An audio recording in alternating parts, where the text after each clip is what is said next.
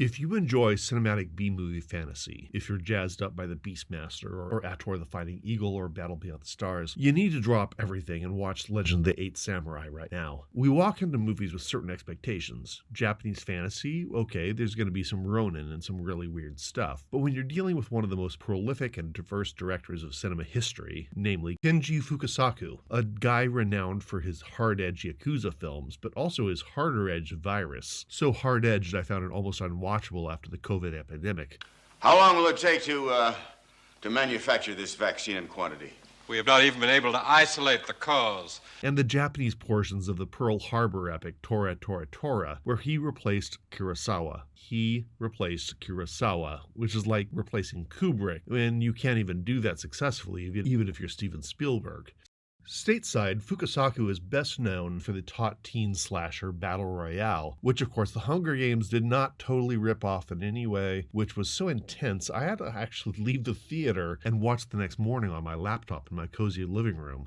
Fukasaku is a class act. So he comes to the sprawling Edo period fantasy novel, which has been more faithfully adapted into both manga and anime, and reduces it like a sauce into something entirely unique and his own. Genres are layered atop of each other until you have to beg the chef to know what's in there. I'll try to unpack it, but it's not going to be easy. 2 words, Japanese Krull, but not like Krull's flashier, equally weird but more crisply paced best friend. There's a princess, a handsome rogue, a wise mentor, a band of misfits, infiltrating a creepy fortress that somehow feels like a giant character unto itself, like Fantastic Voyage, but the president's body has become this massive alien spaceship. That's like Galaxy of Terror. Don't go watch that. It's just as gross as it is fascinating. But this all brings me to Star Wars. Fukasaku definitely didn't rip off with Message from Space, another adaptation of the same story, but where George Lucas has the temerity to make a MacGuffin, the Death Star plans, and then he spends the second act of the movie exploring the Death Star plans inside his own MacGuffin, thus un-MacGuffining it, making the space station its own character, like the Dark Tower in Krull, or the Fortress in the Eight Samurai. I'm getting way ahead of myself. Let's look at this very, very weird plot. Not far from Imperial Tokyo, 2 clans are tearing each other apart. The leader of the losing clan jokingly begs his dog to bring him the head of his enemy. Offering the dog lands in the hand of his daughter in marriage. The dog delivers, and he carries off the daughter for what the anime politely calls a marriage of love only. Horrified by what he's done, the warlord has the dog slain, and the dog and his daughter's souls explode into the galaxy as 8 shining lights. That's just the prologue. It gets a lot weirder. The 8 lights are reborn as the 8 dog samurai.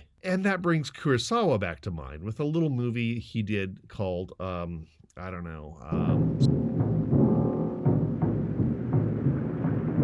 So we've got a space opera based on a 200-year-old high fantasy novel, and on top of that, we get a spaghetti western. Our princess goes around collecting the 8 men reborn from the dog's soul, each defined by a trait engraved on their magical bauble. Here, Legend of the Eight Samurai shines in the same way that Seven Samurai or Magnificent Seven did, by not wasting much time on any of its characters. You get exactly what their strength is, and how they need to be used for the princess's revenge to happen. But here comes another genre. This isn't Conan or Sword of the Sorcerer or Beastmaster, where a singular hero lays waste to the villains who killed his family. This is a men on a mission film, a genre most closely associated with World War II, Guns of the Navarone, The Dirty Dozen, Where Eagles Dare, The Great Escape, subverted by Tarantino into Inglourious Bastards. But you get the idea. Each character is needed for one job and one job only. They get picked off one by one due to their fatal flaw, but accomplish something beautiful for the mission. Thanks, Magnificent Seven. And Krull, another men on a mission film disguised as high fantasy.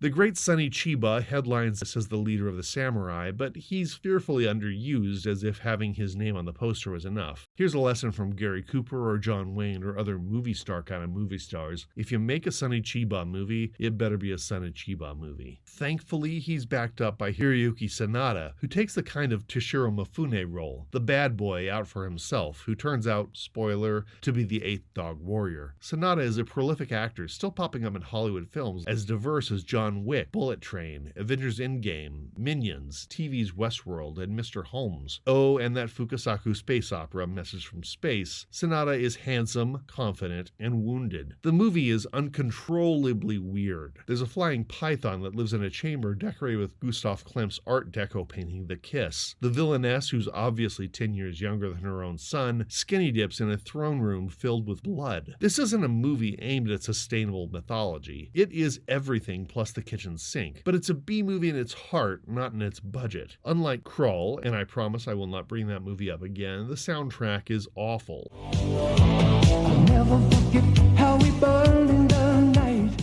A mix of 80s rock and new wave, the exact opposite of films like The Dark Crystal or The Last Starfighter or Conan, where the soundtrack is going to demand that this movie could win an Oscar despite the giant snakes. Legend of the Eight Samurai pours its budget onto the screen with conviction. As weird as it gets, it never doubts that you're going to go along for the ride. You want the Magnificent Seven plus the Dirty Dozen set in a Star Wars Krull-style high fantasy world with magic samurai? If you don't, well then please don't knock on my door.